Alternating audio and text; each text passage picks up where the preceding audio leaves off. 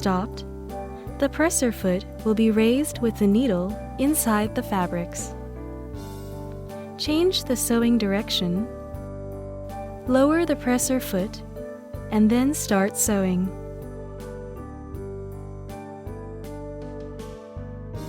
After the sewing is finished, push the reverse stitch button.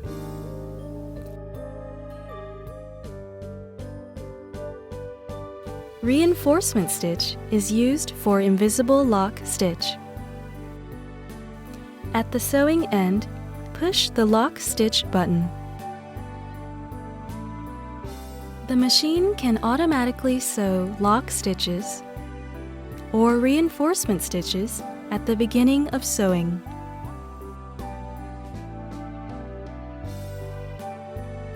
After selecting a pattern, you can press the automatic lock stitch and thread trimming button to display the symbol on the screen.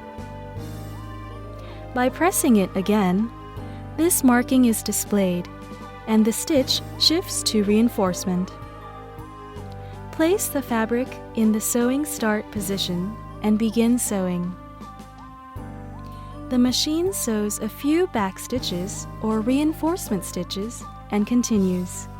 You can choose the stitch pattern at the sewing end. By pressing the reverse stitch button, the machine sews reverse stitches, stops sewing, and trims threads automatically.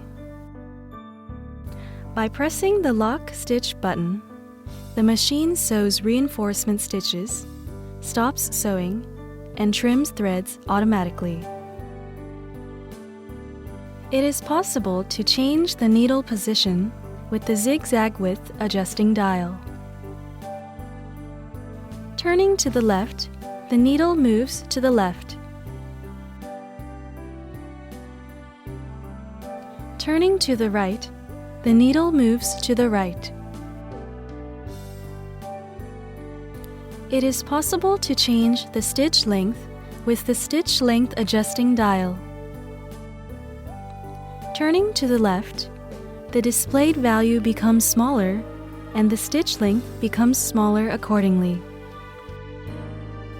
Turning to the right, the displayed value becomes larger and the stitch length becomes larger.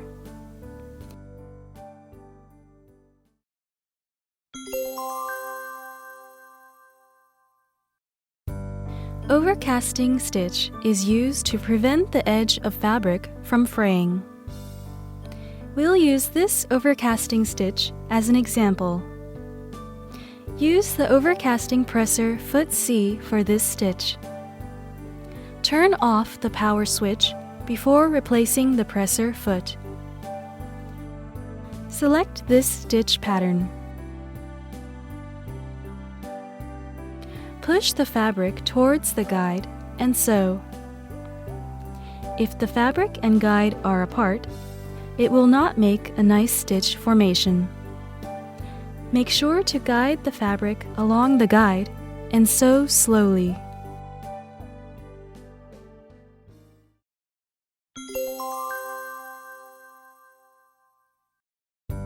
We'll use this buttonhole stitch as an example. Use the buttonhole presser foot E for this stitch. Turn off the power switch before replacing the presser foot. Set the button. Pull the button holder. Place the button on the button holder and then push the holder to set the buttonhole length. This step sets a suitable buttonhole size. After setting the presser foot, check that there is a clearance. Set the buttonhole sensor pin. Insert the pin into the hole completely. Turn on the power switch. Select this stitch pattern. Raise the presser foot. Pass the needle thread through the hole on the presser foot and pull it out sideways. Place the fabric under the presser foot. align the marking with the sewing start point. Penetrate the needle into the fabric by turning the hand wheel and lower the presser foot. Start sewing. The machine will stop automatically after sewing the buttonhole. Unplug the sensor pin after sewing. Open the buttonhole using a ripper. Pierce a stopper pin at the bar tack and open the buttonhole with a ripper. Be careful not to cut the stitches.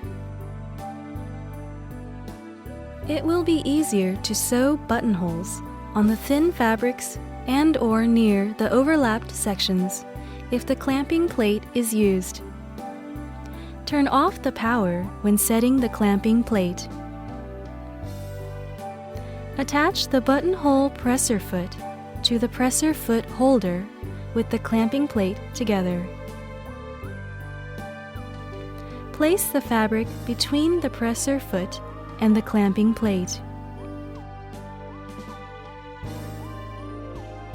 You can remove the clamping plate by holding here.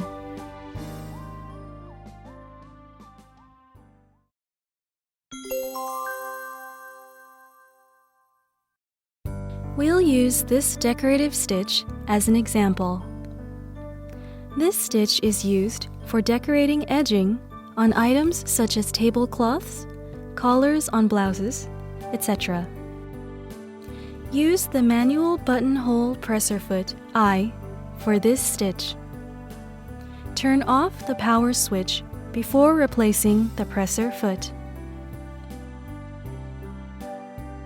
Select this stitch pattern.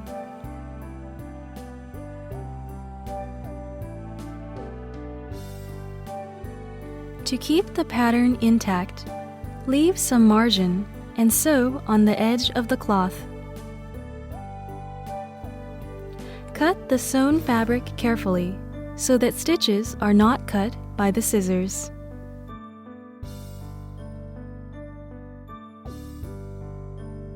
You can sew a combination of decorative stitches that look like lacework. We'll use this decorative stitch as an example. Select this stitch pattern and sew. Next, select this pattern and sew aligning the inside line of the presser foot to the edge of the decorative stitch pattern. We'll use this decorative stitch as an example. After selecting a stitch pattern, press this button to make a mirror image of the selected pattern.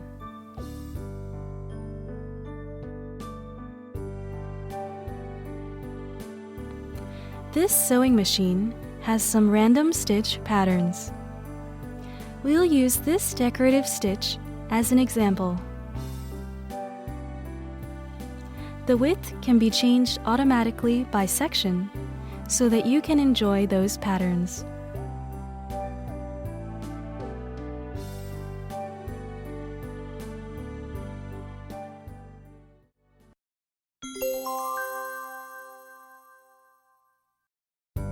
Quilting is the process of sewing the top layer of fabric with quilting cotton in between and a bottom layer of fabric underneath. Put the top layer of fabric with patchwork and/or applique, quilting cotton, and bottom fabric together by using pin or basting stitches. By using the walking foot, the machine feeds both top and bottom fabrics together at the same time, so fabric shifting is eliminated. Use the walking foot N for this stitch. Turn off the power switch before replacing the presser foot. Remove the presser foot holder. Set the actuating lever on the needle clamp and insert the assembling point to the presser bar and tighten the set screw for the presser foot.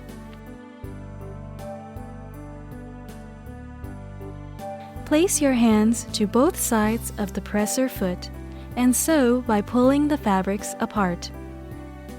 Sew with slow to medium sewing speed. It is called free motion quilting when moving the fabrics freely towards any directions without using the feed dog of the sewing machine. When the feed dog is lowered, it is possible to sew various curves and/or any directions by moving the fabrics by hand. Use the quilt presser foot Q for this stitch. Turn off the power switch before replacing the presser foot. Remove the presser foot holder. Set the quilting foot and tighten the set screw for presser foot.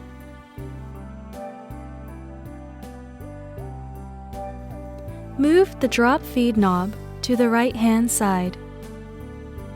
Feed dog is now down. Place the fabric underneath the presser foot and lower the presser foot. Adjust the height of the presser foot according to the thickness of the fabrics by screw. When the height is 1 millimeter from the surface of the fabrics, it will be easier to move the fabrics without interference. Use both hands to hold the fabrics and move it without letting it loose. The target stitch length is about 1.5 to 2 millimeters. When free motion sewing is finished, move the drop feed knob back to the left side. The feed dog will be up and engaged at the same time as the machine starts to sew. When you press the float function button, the marking will be displayed. By this function, you can sew fabrics with the presser foot a little bit up. This is good for materials such as quilting and velvet, which are easily shifted while sewing. When the button is pushed once again, this function will be cancelled.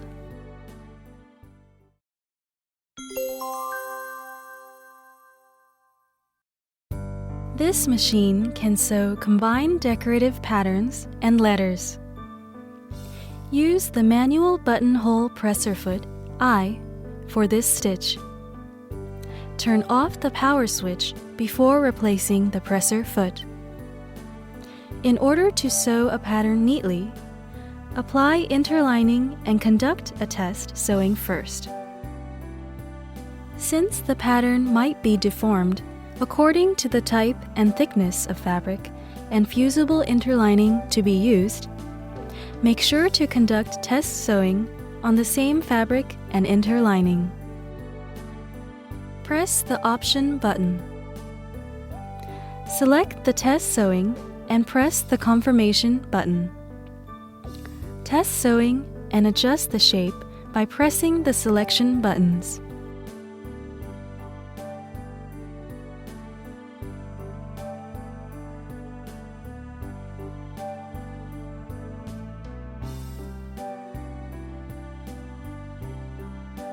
After adjusting, press the Confirmation button.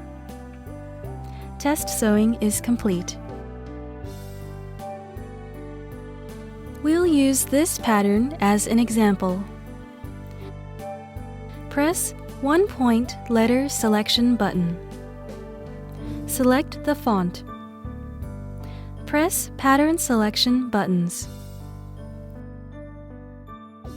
Press 1-point letter selection button. Select Decorative Pattern 2. Select this stitch pattern. Place the fabric underneath the presser foot and start. The machine will stop automatically when sewing is finished.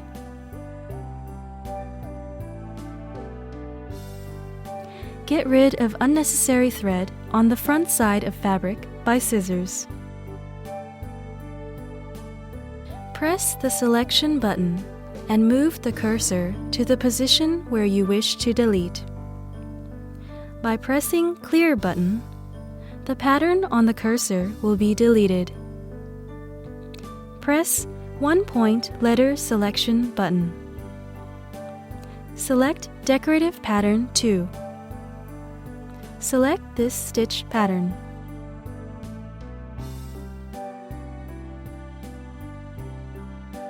This machine can sew the combined patterns and letters continuously. After inputting patterns, press the Continuous Stitch button to sew the patterns continuously. Two types of combination can be set. By pressing the button once to display this marking, and you can continuously sew a combination of patterns with wide space among patterns. If you press the button twice, the display shows this marking, and you can continuously sew a combination of patterns with narrow space among patterns. When the button is pressed once again, this function will be cancelled.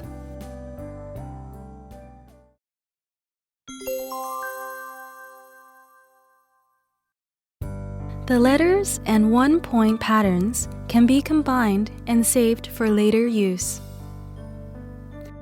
Press Save Call button. Use the Selection button to select folder to save and press Confirmation button. Select Save and press Confirmation button. Press Save Call button. Press the Selection button to select the folder where you wish to call the desired combination. Select Call and press Confirmation button. Press the Confirmation button. Press Save Call button. Use the Selection button to select the target folder where content to be deleted is stored. Press the Confirmation button. Use the Selection button to select Delete and press the Confirmation button. Press the Confirmation button.